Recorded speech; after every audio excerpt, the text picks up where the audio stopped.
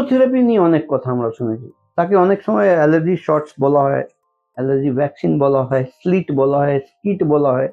এসব কি এবং কাদের জন্য, কতদিন নিতে হয়, এই সমস্ত নিয়ে আমরা আজকে আলোচনা করতে চলেছি। নমস্কার, আমি doctor Naren Pandey, allergy asthma centre কলকাতার পক্ষ থেকে আপনাদের স্বাগত জানাই আমার চ্যানেলে।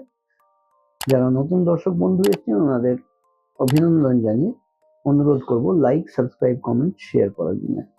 পূর্ণ বন্ধু দর্শক যারা আছেন ওনাদের লাইক, সাবস্ক্রাইব, কমেন্ট, শেয়ার করার জন্য অশেষ ধন্যবাদ। এখনো যদি না সাবস্ক্রাইব করে থাকেন তাহলে দয়া করে একটা সাবস্ক্রাইব বাটন প্রেস করে অল প্রেস করলে সমস্ত ভিডিও প্রথমেই আপনি পাবেন।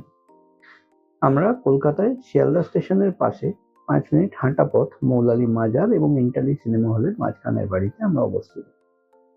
আমরা সোমবার থেকে শনিবার 11টা থেকে 8টা পর্যন্ত কাজ করি, কিন্তু আমাদের এখানে পরিষেবা নেওয়ার জন্য আগাম 500 টাকা নন রিফান্ডেবল জমা করতে হয় অগ্রিম, যেটার জন্য আপনারা যোগাযোগ করে নিতে পারেন নিচে দেওয়া নাম্বার 7278034776।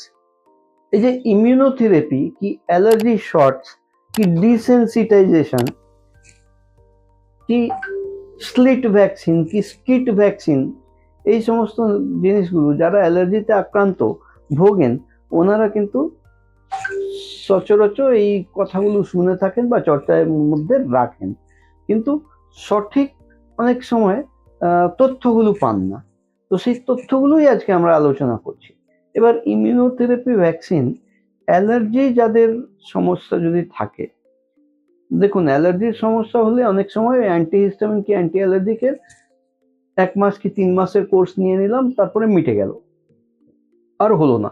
তাদের এই ইমিউনোথেরাপি, ডিসেনসিটাইজেশন, অ্যালার্জি শট এতে আসার কোনো প্রয়োজনই নেই, মিটে গেছে, মিটে গেল। কিন্তু যদি খাত তৈরি হয়ে যায় যে বারবার রিপিটেশন, রেকারেন্স হতেই থাকছে, আমার কমছেই না, সবসময় হতে থাকছে, তো সেই পরিস্থিতিতে আমাদের খুঁটিয়ে বার করার প্রয়োজন আছে যে কিভাবে ইমিউনোথেরাপি দেওয়ার প্রয়োজন। এই পেশেন্টদের জন্য উপযুক্ত হচ্ছে ইমিউনোথেরাপি বা স্লিট বা স্কিট। আমার অন্যান্য আরো অনেক ভিডিওতে আমি পরিষ্কারভাবে ইমিউনোথেরাপি নিয়ে বা স্কিট বা স্লিট নিয়ে আমি আলোচনা করেছি। আপনারা যদি আমার চ্যানেলে ঘেঁটে দেখেন তাহলে ইমিউনোথেরাপির বিষয়টা আরো অনেক বিস্তার করে বলা আছে। এই ভিডিওতে ইমিউনোথেরাপি যাদের অ্যালার্জি সুরাহা হচ্ছে না তাদের জন্য প্রযোজ্য, এবং ইমিউনোথেরাপি করা সম্ভব তখনই যখন অ্যালার্জি পরীক্ষা হয়ে যায়। অ্যালার্জি পরীক্ষা করে চিহ্নিত করা হয়, চিহ্নিত করা হয় যে কোন কোন জিনিস থেকে অ্যালার্জি হচ্ছে, তার ভিত্তিতে স্পেশালি ইমিউনোথেরাপি ভ্যাকসিন তৈরি করিয়ে ইউজ করা হয়।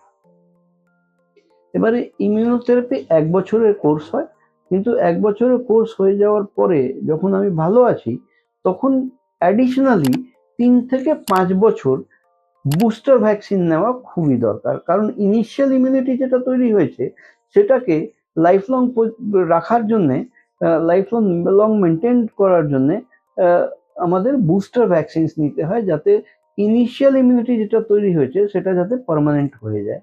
এইরকমই ওয়ার্ল্ড হেলথ অর্গানাইজেশন, হু বা ওয়ার্ল্ড অ্যালার্জি অর্গানাইজেশনের গাইডলাইন্স।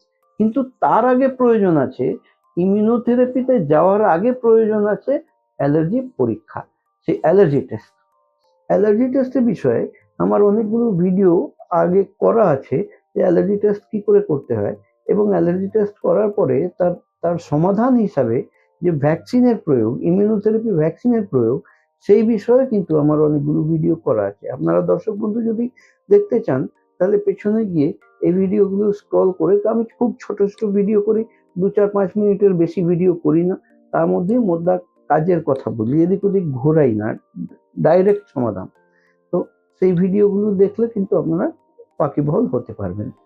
আর এইরকম পরিষেবা, এই সমাধানের পরিষেবা যদি নেওয়ার প্রয়োজন থাকে তাহলে নিচে দেওয়া নাম্বার 7278034776 যোগাযোগ করে অগ্রিম 500 টাকা নন রিফান্ডেবল পাঠিয়ে দিয়ে আপনারা এই পরিষেবা নেওয়ার জন্য এসে পরিষেবা নিতে পারেন। আমরা কলকাতায় মৌলালী মাজার এবং ইন্টারি সিনেমা হলের মাঝখানের বাড়িতে অবস্থিত।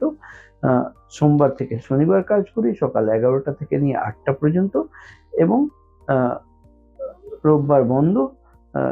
পরিষেবা আপনারা নিতেই পারেন। এখনো চ্যানেল যদি না সাবস্ক্রাইব করে থাকেন তাহলে সাবস্ক্রাইব করে যাবেন, আর যদি আপনারা শেয়ার করেন তাহলে প্রচুর মানুষ যারা ওয়াকিবহাল নয় ওনারা জানতে পারবেন। আজকের মতন এখানেই শেষ করলাম। আপনারা সুস্থ থাকবেন, ভালো থাকবেন। আমি doctor Naren Pandey, allergy centre, Kolkata.